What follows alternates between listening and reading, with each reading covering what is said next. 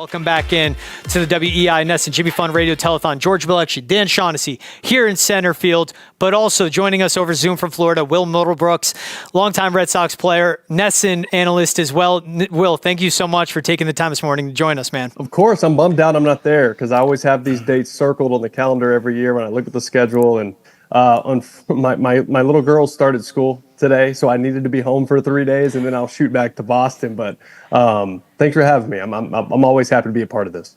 Appreciate you sending the sunshine from Florida up to us here in Massachusetts, Will. You spent 2 great years with the Red Sox, won a World Series, but what was it about being a part in Boston, playing here, and then starting to learn what happens at Dana-Farber and building relationships there that made it so special during your time with Boston? Yeah, so learning about the Jimmy Fund and Dana-Farber and everything and the connection between the Red Sox really started even before I got to the big leagues in 2012. I was a part of the rookie development program in 2011, and they introduced everything to us. Then there was a small group of us that came over and stayed with host families in Boston for a couple of weeks, who went to Celtics games, who went to, they taught us how to deal with guys like Dan, talking to the crazy media in Boston. And now I'm a part of it, which is even crazier. But, they also, they wanted to show us how to connect with the city. And one of the major ways to connect with the city of Boston was through the Jimmy Fund. And we learned that from the start. And we went over, we visited the kids. The next year, I was a rookie. And then my next year in 13, I was elected to be a Jimmy Fund captain and carried that on the next year in 14. And then now just being back in the organization, working as a broadcaster, getting back in touch with Lisa Scherber and everyone that's important with the Jimmy Fund and Dana-Farber, and meeting kids who I met, 10, 11, 12 years ago when they were 7, 8 years old, and now seeing them healthy, and a big part of that being Dana-Farber and the Jimmy Fund and the money raised to help go towards treatments and helping their families. And any way I can be a part of this, I want to be, and I think a lot of people feel that way. It really is a magical connection that the ball club has with the Jimmy Fund, and I've seen all sides of it, Will, and growing up around here, and I've always just been so impressed with the way the players react to the children, and then the way the children react to the players. If you're over there at the hospital, I would notice that in the hospital rooms, like the heart monitors would start jumping crazy if you guys came into the room.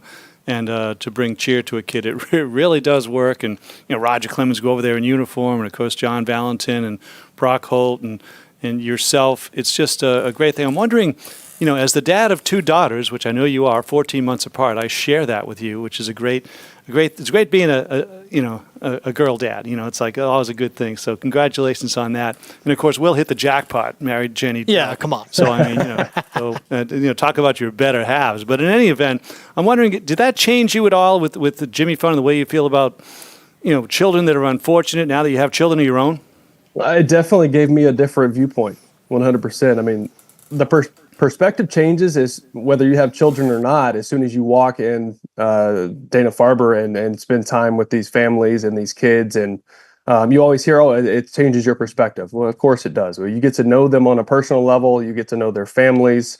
And then, yeah, to your point, Dan, I mean, having a family of my own and knowing how easily that could have, that kid at the hospital you're visiting could be one of yours. I mean, I know you went through that with your daughter, Kate, in the early 90s. And obviously with, you've always been a big part of the Jimmy Fund and giving back and being a part of this and help spread the word. And obviously hitting home with you changed your viewpoint on that as well. So to your original question, yes, it did change. And to your point also about walking in a Red Sox uniform and like playing in sports in Boston for any team, you're held to a higher standard. You are put on this pedestal where you're seen as a superhero to these kids, not human, right? And I think why wouldn't you use that to your advantage to make someone's day, to make someone, break up the crazy schedule of treatments that these kids are going through at such a young age and having their childhood stripped away from them? Why not go in there and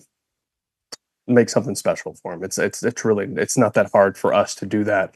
So as soon as I recognized that, as a young player, 23, 22 years old, it changed my viewpoint on a lot. And Will, you're sharing all your experiences with Jimmy Fund and Dana-Farber. You hear about it when you get here, right? And we always love to see how the athletes volunteer throughout the community. But how much did Dana-Farber and the Jimmy Fund grow with you to be more than something, you say do once a year, you do it because the team does it, but something you want to genuinely go out of your way to donate to donate your time to, and give back in any way possible? Yeah, you feel it in your core when you're there. When you first start, you're like, yeah, this is just what everyone does. We got to be a part of this. It's part of the team. It's part of the connection to the Jimmy Fund with the Boston Red Sox and the city of Boston.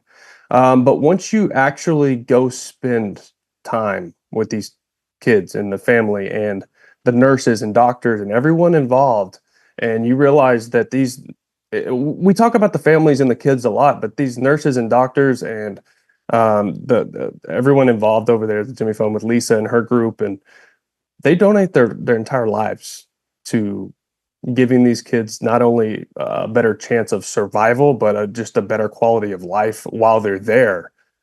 So it's the kids first, it is the family second, and then you have to group in everyone who is working day in and day out, just making these kids' lives better in any way possible. It's a group effort.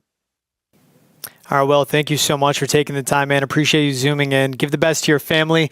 From Dan and I, we appreciate you taking the time, and thank you for everything you've done for Dana-Farber and the Jimmy Fund Clinic. We'll see you back up here in Boston soon enough. Thanks for having me, guys. Thank you.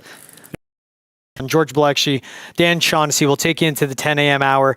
At 11 a.m., we'll have a Legacy of Larry Lucchino special. Just really quick, I just wanted to share, we know what Larry meant to baseball, but what did he mean to Boston and to Dana-Farber and the Jimmy Fund? Well, Larry Lucchino gets here in 2002, and the ballpark you see today, I mean, he basically was in charge of rebuilding that, made it the gem that it is today, and 4 World Series. You owe a lot to him on that. He was always a big presence, a hard-charging boss. I always think of him as sort of Harry Sinden with a law degree. Larry was just, he made the trains run on time, and he was all about winning and going after the best talent, and he's missed here. He missed here in every way, and Jimmy Fund as much as any.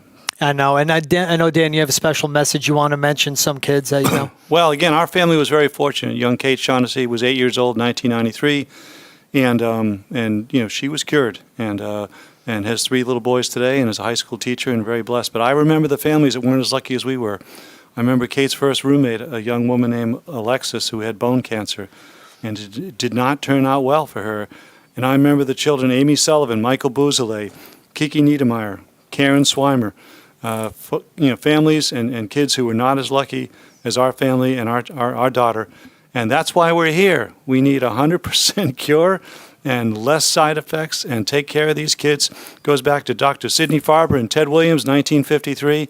And it's an ongoing mission, and God bless everybody for making those phone calls and sending in their dollars, because we want to get so that there's no more sad stories and every family is taken care of, and all happy stories. That's what we want. I know we're just under $240,000 raised so far. We have 5 minutes left in the 10 a.m. hour. Between 6 and 10 a.m. the next 2 days, if we raise up to $775,000 combined, Rob and Karen Hale, the philanthropists that they are, will match that total. That'll be over $1.5 million to go towards Dana-Farber Cancer Institute, the Jimmy Fund Clinic, and the kids that Dan listed off, like you said, that won't exist. We won't have sad stories, because in Dana-Farber's dream, they close those doors because there's a cure for cancer. But until we get that dream achieved, we want the best patient care, the best family care, the best treatment, the best recovery, and the clinical trials as well. That's all happening at Dana-Farber. 877-638-1234, jimmyfund.org, or text K-Cancer to 20222. Please, please, please donate. It's bigger than baseball. It's bigger than sports.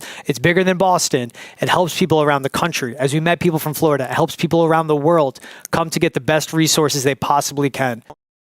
Hey, it's good to see you, buddy. It's great to see you, and great to share a desk with you finally after knowing you for so long here at NESN, and for no better cause than this. And my first time being a part of the radio telethon, and how special this is, having grown up here and knowing all about this, and how important it is to what we're all fighting against. And it's really special to be seated here next to you and sharing this great mission. That's what I was going to say, because you grew up in Cohasset. You're a local guy. You understand you understand fans here, you understand the teams here, what they mean to the fans here, and you also understand what this telethon means and what the Jimmy Fund means here in town. Yeah, it's something I feel passionately about every year, being a part of donating however little or much you can. Every amount matters, and it's something that the work is never done, and it's a constant fight, and it's so encouraging to see all the progress year after year that has been made, and you see the dollar figures that have been raised for this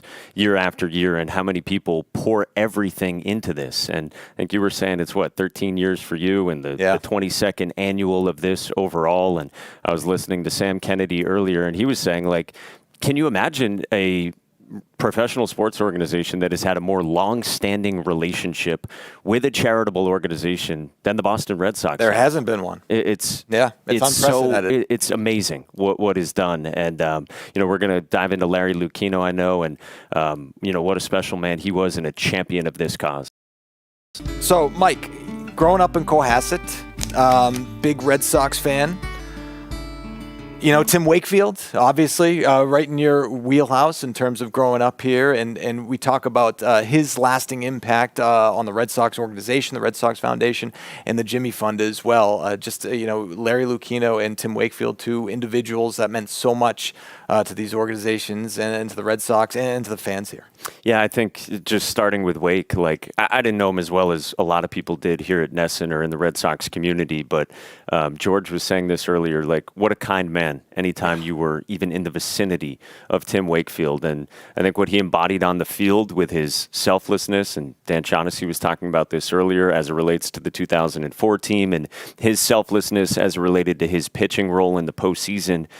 It was the same way he embodied it in his mission with the Jimmy Fund and what he wanted to do for kids in particular. And just what a way to live out both sort of tracks in life, professionally and then as it relates to charitable endeavors. And so sad to have lost him. And yeah, Larry Lucchino in much the same way, a three-time cancer survivor in his own right, such a steward of this cause through the years. And I spent 3 years working for the Pawtucket Red Sox, now the Woo Sox, of course, in Worcester, and Larry was there, and Larry was encouraging to me on a personal and professional level, but then to see and to learn more about what he did with the Jimmy Fund and how closely he was intertwined with Dana-Farber is just magical. And I think it's a charge for so many to keep his memory close to your heart and maybe carry out some of that yourself. I want to share this quick story about Tim Wakefield, and again, had the pleasure of working with him, had the pleasure of watching him growing up. Again, Wake was here a long time as a player. He came here in 1995. I was 15 years old at the time in high school, so I remember watching those Red Sox teams. Obviously, Tim Wakefield was a big part of that, and then getting the opportunity to work with him at NESN. Everything that you said about him is true, and there's one particular story that really stands out, and I'm going to try to keep it together here because it meant so much. Tim Wakefield donating $1,000 to my Boston Marathon charity. I was running for Dana-Farber. That was the largest donation I received. It was just incredible, considering everything that he was going through at the time with Stacy and then with his own battle. It was just incredible what he did, and just one of many examples of the impact he had on the Jimmy Fund, the Red Sox Foundation, and so many other endeavors. Garrett Whitlock, the current champion right now. He's held the title for the last 2 years. And he recently made a trip to the Jimmy Fund Clinic. And let's take a look at that visit.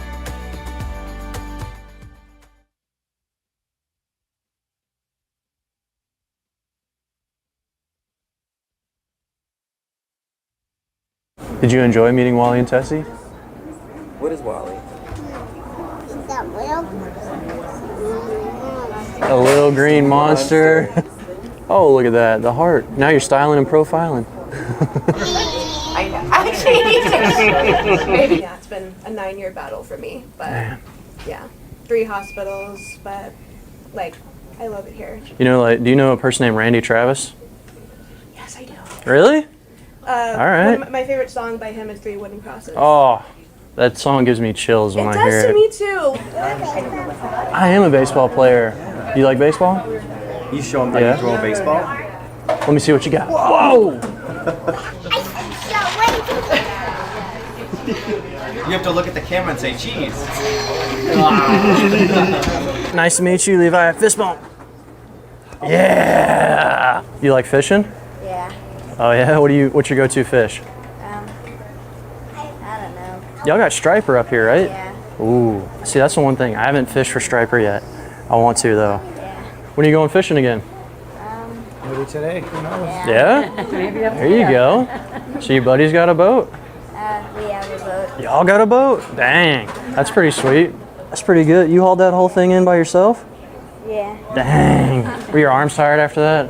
No. No? Dang, you're stronger than I am. So you a big Celtics fan then? Yeah. There you go. Who's your favorite player? Tatum? I can understand that. I can understand that. Chair 15. Thank you. I love it. Когда образили, Oh my goodness, thank you. Wow. Hey, we're gonna come over here. Levi. Oh, thank you so much. Wow. Oh my goodness. Oh, waffle. I love waffles. Can I get your autograph? Yeah. Okay. Here, I'll hold that for you. There you go. Nice to meet you. I love it. Thank you, Cameron. Honestly, just to be able to be here and love on these kids and love on these families, it means everything in the world to me. Wow, what a great trip as we welcome in the captain now, Garrett Whitlock, as well as Tanner Houck here with us as well. Guys, thanks so much for coming. How you guys doing today? Doing great. Yeah, thanks for having us. It's an honor to be here each and every day. So we get a chance to watch your visit, Garrett. What was the impact of your visit? Like, how did it go for you? Oh man, it is fantastic. Anytime you get to be around the kids and the adults and the families and the nurses, doctors, and everyone there that is part of the Jimmy Fund. I mean, it's you can't help but smile. It's such an infectious personality of joy and happiness that's there, and you can't help but leave there and be super excited. Can you talk about the conversation that was had between you and the Jimmy Fund of the Red Sox when they said, "Hey, we're looking for a captain"? Yeah, so it honestly kind of started semi in 22 where Nate basically came up to me and was like, listen, I want you to kind of be there every step of the way, like what I do this year, so that you can kind of see what it's like. Because he's like, one day I'm going to be gone and hopefully you're still going to be here and you can kind of take over kind of thing. So it was really neat to be able to watch and kind of learn from him and see how he did everything.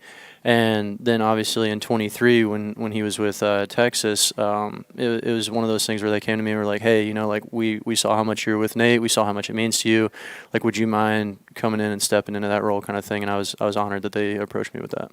Seems it was an easy yes for you. Very easy yes, yeah. You've been as well, Tanner. Yeah. How much do you enjoy going over there and being able to provide some joy to these kids for an hour or whatever, It's just the little things. I think it puts, your life into perspective and just kind of giving back to the community. I think Red Sox Nation is incredible in that sense of, giving to these kids. This is my 4th year participating in the Jimmy Fund.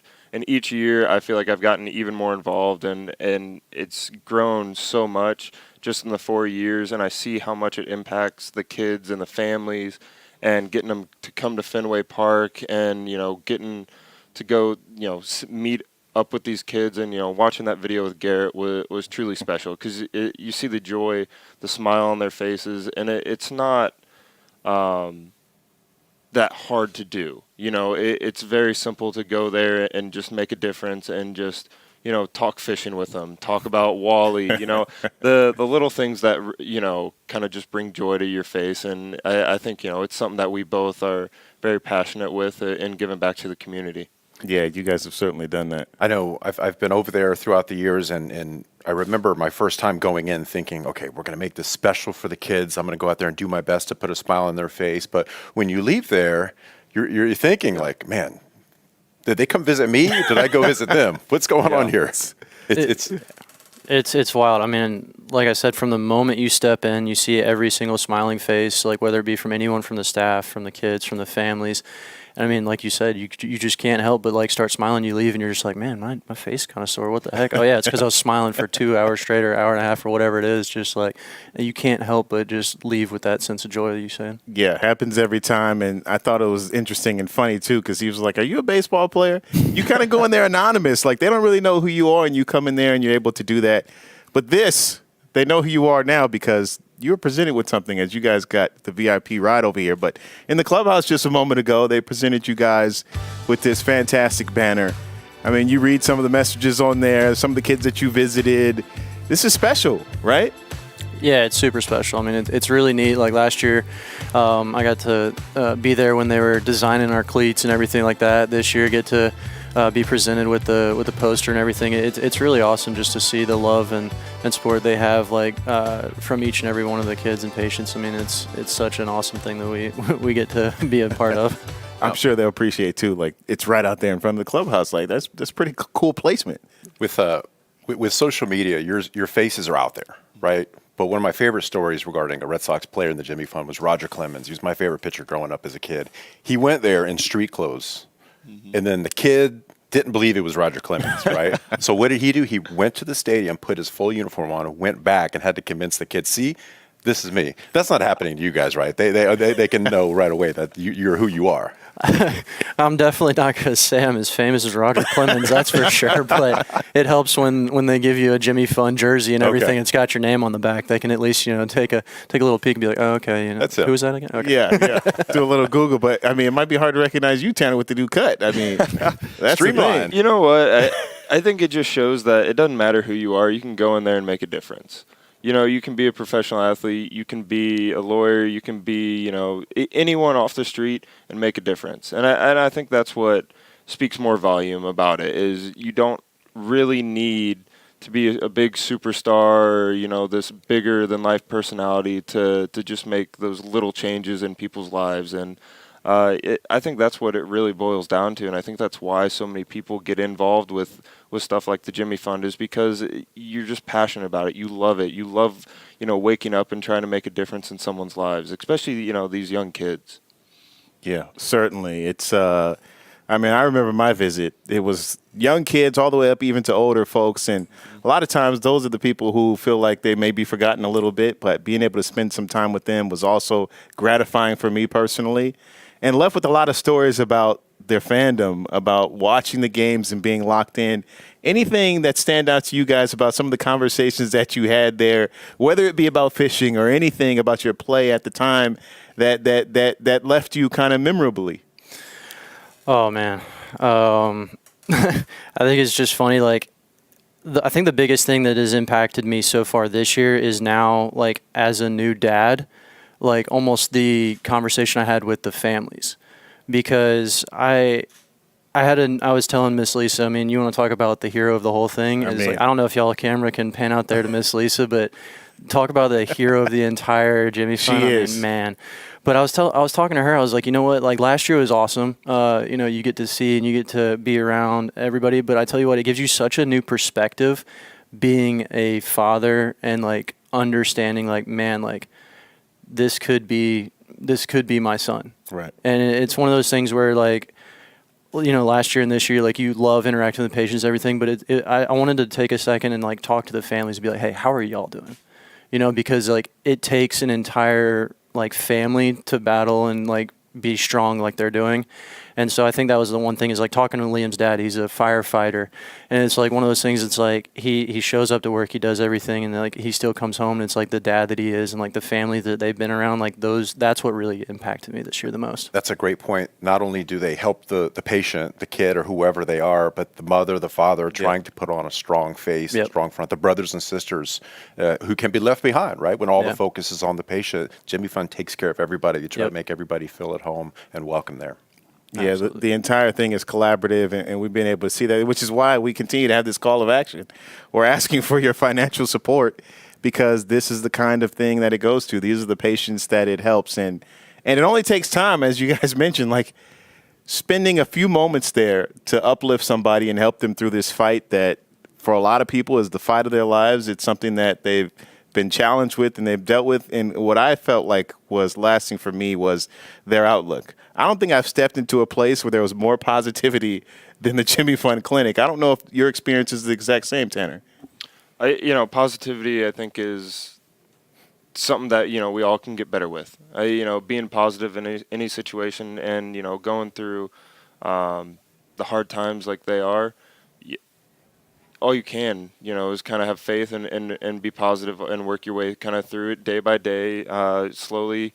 It's a very hard time, but, I think gathering together as a community and showing the support that we have is a great start, and letting them kind of know that, hey, we got your back. Like, you're not going through this alone. And I think that's the biggest reminder of, doing this every year of, we are a community and we are going to come together and we're going to support you whenever, things are maybe down in the dumps, but that's okay. Like, we'll be there with you and help, stand you back up, and we'll keep going at this together. That's a great point. When you get a diagnosis like that, there's two different directions you can take, right? Positive, negative, but when the Jimmy Fund's there, when Dana-Farber's there to help steer you in that right direction, we've seen the power of positivity, the power of the mind. Yep. If they tell you, listen, we've got you, you're going to beat this, you're going to be okay, you take the right path, right? And that goes a long way. Yeah, I'm telling you, the community aspect at the Jimmy Fund is the biggest thing. Because when you feel alone and when you feel isolated, that's when you're your most vulnerable. And, I mean, like you just said, like these diagnoses can be the most like vulnerable and isolated points in your life. And the fact that there's a community and the people out there that are willing to like rally behind you and say, listen, you're not going to go through this alone. Mm-hmm. We are all here for you. And like, we may not be physically battling this together with you, but we are here in every single step that we can do, whether it be emotionally and like anything like that. And to see that, that's what gives me like hope and faith, and just says, you know what, like this is an entire community. This is not just an individual thing that we're dealing with. And that's a powerful thing. And we'll leave the last word with the captain of the Jimmy Fund, because I'm not sure we can follow up with anything more powerful than that. Garrett Whitlock, we certainly appreciate the time. Tanner Houck, thank you for being with us as well. You guys are amazing, and the thing that you do in the community is really phenomenal too. So not just baseball players, entire human beings. So we appreciate it. Absolutely. Thank y'all for having us. Thanks so much, guys. Thank you. Yeah, we got a Red Sox hero, as I like to call him, after last night doing the job for the Sox in the 10th inning. Red Sox do it all. Rob Refsnyder. Rob, what's up, guys? man? Thanks so much for thanks so much for stopping by. We appreciate it. Know you had a long night of work last night. Yeah. So we appreciate you taking some moments with us. This is fantastic. We always enjoy this, but as we have been highlighting over the course of the last 90 minutes that we've been together here, Michael, cancer has affected us all. What makes it something that you want to spend your time with to continue to create awareness? Because I'm sure it has affected you and your family in some way as well. Yeah, I mean, my mother struggled with breast cancer. So obviously it hits directly at home, but I think we all can attest that it's our friends, our families, and things like that. So it's, so I think this time of the year, a lot of the guys, all the guys really, really enjoy doing whatever they can to help out. Try to raise as much money as possible. It's such a great cause, and I just love it because it's just it embodies the best of Boston. Just having the community to come together to raise money. It's so ingrained in the Boston culture. It feels like so. We always enjoy it this time of the year, and mostly just meeting the families and the parents and talking with the parents and the kids, and just give them I guess a little bit of a break. But we really, really enjoy it. And me being in the music business and you being in the sports field, sometimes, Rob, your publicist or your manager, or in your case, the GM, the coach, or an executive in the office, they put this in everyone's locker, or they reach out to all of the players to see if you could make yourself available. How did you feel this morning knowing you were going to be available? You would be sitting in this seat today. You'll be representing your team from a last night game, and your position on how you want people to perceive you away from the field, and right here and talking about people that really need help and treatment and what this whole thing is all about. How did it make you feel this morning knowing you had to transition from the field to coming here having this conversation? Yeah, it's a great question. I think Jimmy Fund's always on our mind in the sense that it's on the Green Monster. This is my third year here. The city of Boston has been great to myself and my family, and I think my wife and I definitely understand how important this is, how important this event is to the city of Boston, how big the golf tournament is and things like that, and how important and how much money they have raised, the Jimmy Fund has raised over the years, which is an incredible amount. I'm sure it's helped a lot of different families in a lot of different ways. So I think sometimes as players we get so wrapped up in wins and losses and our personal performances, but sometimes it is refreshing to take a step back and realize, us playing a game sometimes is purely entertainment, and sometimes it brings some joys to some families that are going through some things that are terrible. So like I said, this event really the guys really look forward to, and we have some great beacons in our clubhouse who do a lot of great work. Tanner was on. Liam as well. They're always very, very active in the community and doing whatever they can. But it's great when the whole team kind of gets involved. Yes. Yeah, you mentioned you've been here for a few years now. I'd imagine you had an opportunity to go visit the Jimmy Fund Clinic at some point. I'm interested to asking everybody about their experience, because we've all kind of talked about it. We've been over there. And Lenny had the great line where it's like you walk out of there and you're like, were they coming to see me or was I coming to see them? And you feel uplifted. What have some of your experiences been like over there? I think just the families, the kids, the families, just I don't think you could say it any better. Sometimes you meet these families and these kids and they're so positive, and you just see the joy in life in their eyes and things like that. And you leave that experience, and your problems and your woes are just so minuscule compared to what they're going through. And they have such a refreshing outlook on life, and they are honestly the best of what life is. I have 2 kids. We've talked about it. They're my everything. So sometimes looking back or looking at what some of these parents are having to go through, just having simple conversations and just human to human, heart to heart. It's kind of things that I guess mean the most to me, and they're the best, honestly. As we welcome you back, what we call the Power Hour every year, because Lisa Scherber joins us. I'm Tom Caron, her co-host, but she's the host, so take it away. Oh, we're all set? Yeah, it's just Thank you so much for warming it up. I'm the analyst today. I don't know why I'm here, but you are here because you work magic. We know that. We say that every year. And you have seen it all. I mean, literally, you have seen the 22 years of this telethon. You have seen how it started with the most humble beginnings, and thrilled to get anywhere near $1 million, and what's become a national juggernaut where people from all 50 states donate. Yeah, it's amazing. I think that first year it was like, we're going to do a little thing, and I was like, cool, that sounds great. And now it's to sort of see our patients and families get here and tell their story. And you just feel every emotion that they have. You feel the love, you feel the hope, you feel the pain, and just story after story. And what you guys do for us is amazing, because you give us that vessel to sort of have them do this. And those stories are getting back to normal, even though they're not normal for anybody to go through, right? But I feel like the last few years with COVID and a couple of years after, it impacted what you could do with kids, impacted some of the treatments. You had the teens back here for a game. Yeah. You had the group back in Fort Myers. We are back here operating as normal. At least that part of it has gone back to normal, right? Yeah, and it really felt this year, the spring training, we were without it for 4 years.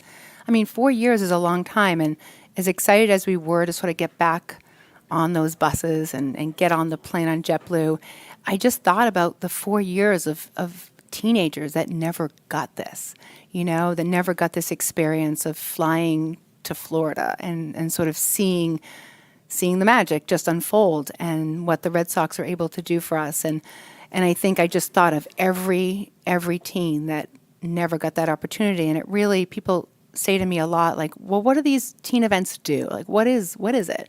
And it just really sat with me where I'm like, they do everything. they change the course of a treatment. You know, they're not the research and they're not the medicine, but they really are a different kind of medicine where they change how these kids come back. They come back filled with hope. They come back with friends, you know, and that's, in this world of cancer, friends is a lot, and that sort of keeps them going. And I just love it. And they just connect with the Red Sox, and they feel just an amazing part. And it's great. When we were talking at this year's trip to Fenway, as we see videos of that, you were telling me the story about a mom who said, I got my daughter back. Yes. Right? Like she wasn't herself through all of this. Then she went on this trip and hung with other teens who were going through the same stuff and could just talk to them, and she came back herself. It's like you just don't even believe it but this is why we started this. This is why Todd Schwartz 20-something years ago said, you're doing it all wrong. Take us away. And he did this, and this is the power of the patient, the power of the teenager, the power of the 5-year-old, where we listen to them. And because of that, because that we listen to them, we can do amazing things. And Maui was here this morning. She was on camera today telling her story, and she went, and she wasn't having a great time at school. She wasn't feeling like she fit in anywhere and had no confidence. And that day after Monday, we're all exhausted, no sleep, and she's in clinic getting her treatment, and Mom was just in tears, like, I got my daughter back. And for any of us who are parents, that's all you want. You just want that. You know, I remember 21 years ago, we didn't do the first one, it was radio only. Then they decided to get big time. Then it got they really called great. us in. But I remember, you know, the story that hung with me in the first couple of years is I remember you or someone telling me the story about, you know, one of the patients saying you should paint the ceilings because we're laying on the bed all day looking up at a white ceiling. And so what did you do? You went and paint the ceiling. Yeah, it's those simple things, right? It's like, you know, this isn't giving us any joy, whether it's in clinic or whether it's something where we need to go somewhere, whether it's a cruise for our bereaved parents. We listen and we do. You had Mom's Night here at the ballpark, right? Where you had like 15 moms who just for a night got to come to a ball game with each other and just let loose. And some of them really let loose, but they needed that, You did right? catch a couple of them. We did. We caught it them towards good. the end of the night, which was way more fun. But it's all built on the care, right? The patients understanding that they notice something that might help another patient. The parents understanding what they can do to help each other, and certain individuals who jump into the battle and really help. We honor 2 of them throughout this telethon: Larry Lucchino, obviously, and Tim Wakefield. Let's start with Larry, because Larry, a hard-charging attorney who didn't suffer fools and didn't waste time, but was a patient at the Dana-Farber and made it part of his life's mission to help the fight against cancer. Which is amazing because I've never seen that lion. You know, I've never seen that fierceness in him. I just saw compassion and care and kindness. And his mission was every time he walked into the Jimmy Fund Clinic, he had a big smile on his face, but you could just literally see like he felt like he was home, you know, and I think that was the Larry I knew, and that's the Larry that I am so grateful that I was able to sort of connect with him. His legacy, obviously, helping create the Pan Mass Challenge with Billy Starr. I mean, just think about the direct amount of money that was raised from the vision of Larry Lucchino. Yeah, and that's the lion in him, right? And that's it's crazy. I think he changed the way we do things just because he believed, you know, and that's all it really is. It's just knowing that if you just give hope and you give $1, we can do a lot with $1. And a firm believer that if you're going to do something, do it right. Yes. Do it tirelessly. And when you got his energy behind you, watch out. He was a locomotive, you know, and I think we felt the applause when we were doing things right, and that meant everything to us. And of course, Tim Wakefield, you know, a man who I used to say I didn't understand how he fit that much life into a day, into a week, into a year.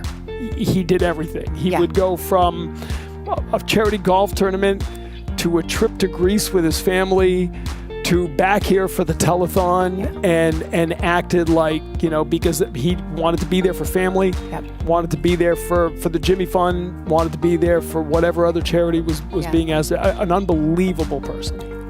An unbelievable person. I feel like, you know, the world lost something that we can never replicate.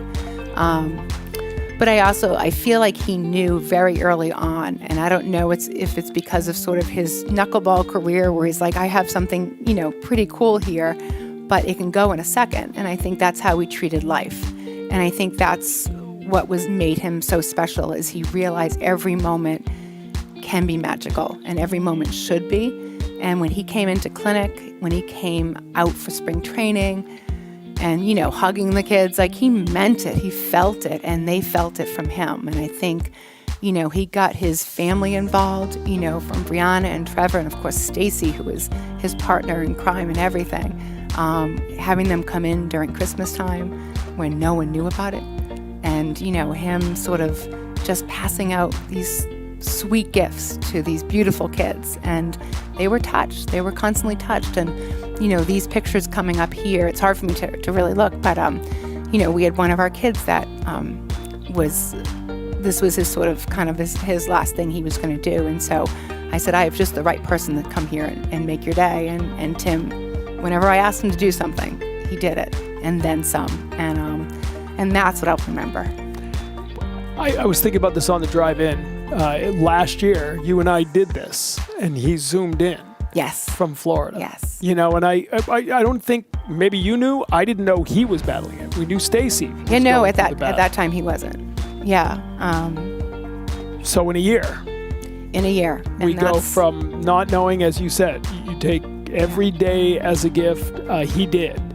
And Brianna, has gone to visit the kids at the Jimmy Fund. Yeah. So this Christmas, which is, a few months after her dad dies, she texted me and she said, "Can we come in?" And her and her mom. And I knew Stacy was in a tough place at that point, and I said, "Of course." And so they came in, and I feel like it was the passing of the baton for Stacy to Brianna. And so Stacy's kind of sat outside of clinic a little bit, and Brianna just came with me, and we just did her thing. And she was beautiful, and her heart was just overflowing, and she met every child, and she got down on the ground just like Tim used to do. And I was like, damn, he would be so proud of you. And I was so proud of her because I feel like I watched her grow up. I saw her at the Run to Home Base a couple of weeks ago, and I had just come in from my run huffing and puffing, and I'm cutting around the people because I got things to do. You got things to do, Tom. Yeah. But she's in line, and I stop, and I was like, "Do you want to come with me?" She goes, "No." So I jumped in with her. Yeah. And we waited in line, and she was with her roommate for the coming year in her freshman year, and is just, I can't imagine how. I can't describe a legacy better than I can describe the Wakefield's legacy as being Brianna and Trevor, right? 100%. But I mean, their children are immediately carrying on the impact their lives had. A freshman in college, when all of these emotions of just change and leaving things behind that you knew, and she doesn't have her mom and dad there to sort of get a room set, and she's doing what they did. They lived, and she's living with heart, and she's living with hope, and we could all, take a lesson from her. No doubt about that. Meantime, we look back right now to a visit I made with Dennis Eckersley to the clinic a couple of years ago as we got to go meet up with some patients and their families.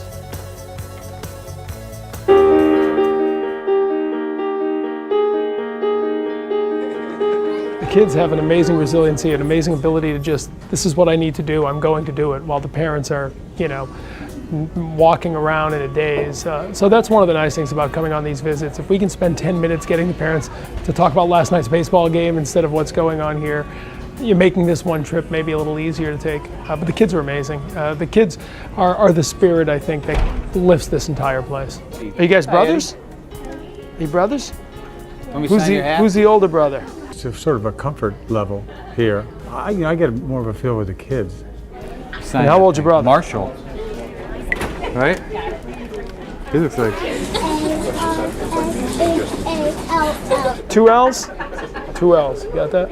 The parents, to me, I can, I can sort of get into their shoes. That's a difficult part of it. Luckily, the people that come from Massachusetts, it makes it a little easier for them. There are patients who I met 10 years ago who aren't with us today, and we see patients now being treated for some of the same things.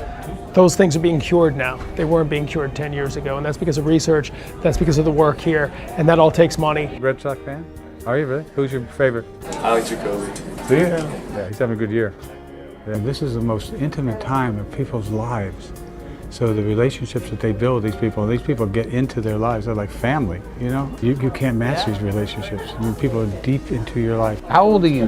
Be done at 7. Yeah. Cut it in. It's amazing. We were saying before, you meet people who come from around the world to be here. Oh, yeah. You know? Well, that's what I feel blessed to be here in Boston. It's amazing how they constantly strive to try to make this experience more endurable, less painful, less mentally taxing on the patients. And I remember first coming, they had just painted the ceilings in some of the kids' rooms, and that was from the kids saying, I'm laying here in the bed all day and the ceiling's white. Can't we put a mural up there? And it's that constant feedback. And it's pretty amazing how they use the patients to make this place more functional for the patients. Give thumbs up for the Red Sox. What about the Yankees?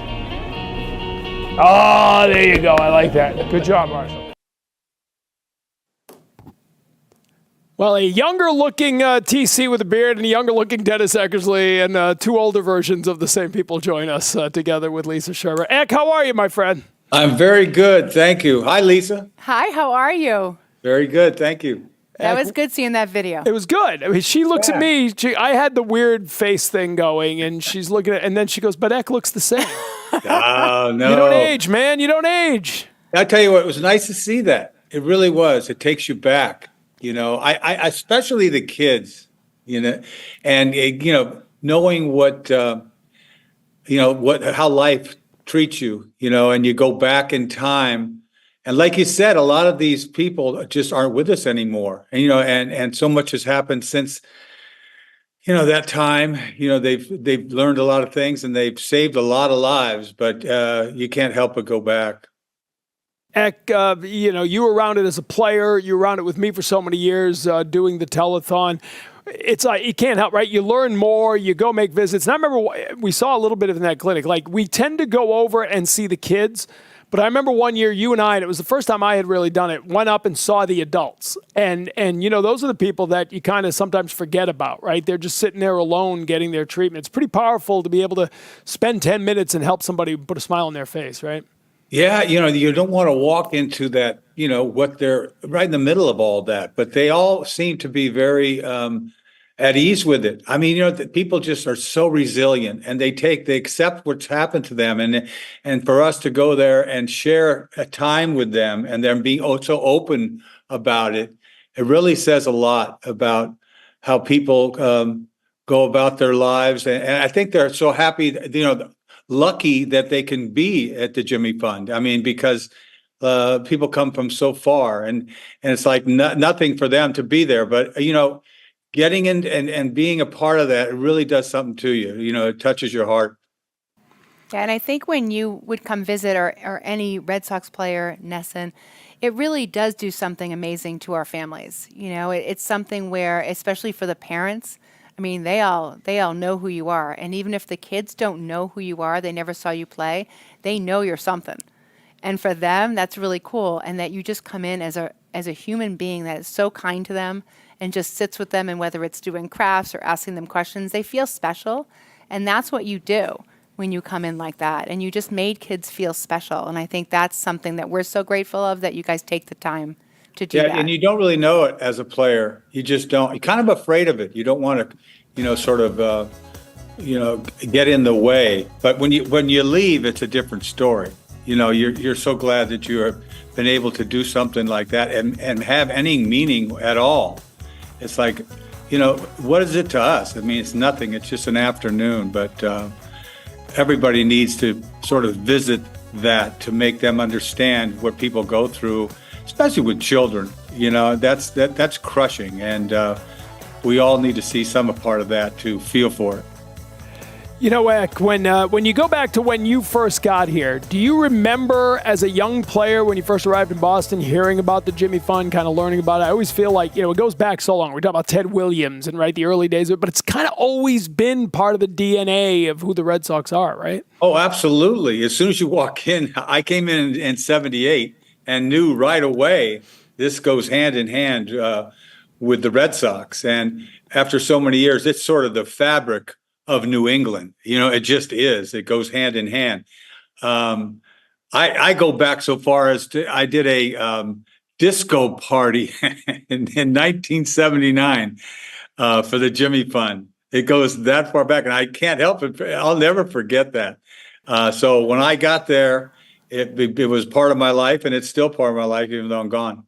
I think we need to get you back and redo that. I think we need I like that. I mean, I sometimes just have to hear an idea and I can go with it. There we go. Now she's got something. I've got the disco ball out there. Well, but Lisa, we talk so much about the work being done there, but the attention, the notoriety, the fundraising, so much of it is built on the platform and the amplification that the Red Sox are able to provide. Oh my gosh. I mean, for us, the Red Sox, what you guys are able to do is sort of give us a light, that shines on us, and just sort of to know that I can get teenagers to spring training for the Red Sox, but really I want to get them to spring training to connect with each other. And that's like the biggest gift. But the Red Sox just make it, like the players just really, they bring something that we can't do for them. And I think that's like really important. And I think every visit that comes into the clinic is so special because you don't know that one child that's going to make the difference for them. And I think you had a few of those kids in the clinic that day when you came in, that was really the coolest thing that's happened to them in a very long time. Well, I think that, the Jimmy Fund, because you talked about how long ago I was there, and from Ted Williams, it's everywhere. People get, there's a comforting part of it to know that the Jimmy Fund is there. It's almost like there's so much hope. I mean, to me, that's what it represents. And the more attention that it gets, the better. But for these children, they don't know. They're just, they're just part of, this recovery. And, I think you just pass it down. It's, and that's exactly what's taken place. And I'm just proud to be part of the Red Sox and Jimmy Fund connection. And Eck, I'll end with this. I mean, it's kind of cliche. Everyone's been touched by cancer, right? But just in the time I've known you here, we watched Jerry fight the fight for so long. Jim Corsi, who obviously you were very close to, we're all very close to. I mean, those are just public names that people know, but it really is, there isn't a person that it doesn't touch, right? I mean, you don't have to convince someone why it's important to help fight cancer because it's everywhere. We've seen it. And it's nice to have it, because like you said with Jim Corsi, when all that was happening with him, I made a phone call to the Jimmy Fund and boom, they were right on it. And it didn't, Jimmy did passed on, but knowing that they're there, it gives people so much hope. And to have it right there in New England is very special. And for people like Lisa that do what she does, she's an incredible human being. She really is. And the world needs more people like Lisa because I can totally appreciate what she does. 100%. Well, listen, when I got lymphoma, and I was lucky because I didn't need treatment or any of that thing, but I literally called Lisa before I called my wife. We don't like to bring that up. It was a Friday afternoon, and I was like, by the way, get me in Monday. I got to call my wife. I can't really talk, but I got lymphoma. True. Get me in Monday. But you're right? I mean, you go there, and there's a patient from China. There's a patient from the Far East. There's a patient from Europe. It's right down the road from us. We are so fortunate to have it here in our backyard, Eck. Yeah, I'll tell you what, when you know it's there, there's kind of a good feeling to know that it's in your backyard, believe me, because when it strikes you, you're going to love it to know that it's right there. That's exactly right. Eck, we appreciate the visit. Always great to catch up, my friend. Be well. You got it. Bye, Eck. Dennis Eckersley, the Hall of Famer, the great Eck.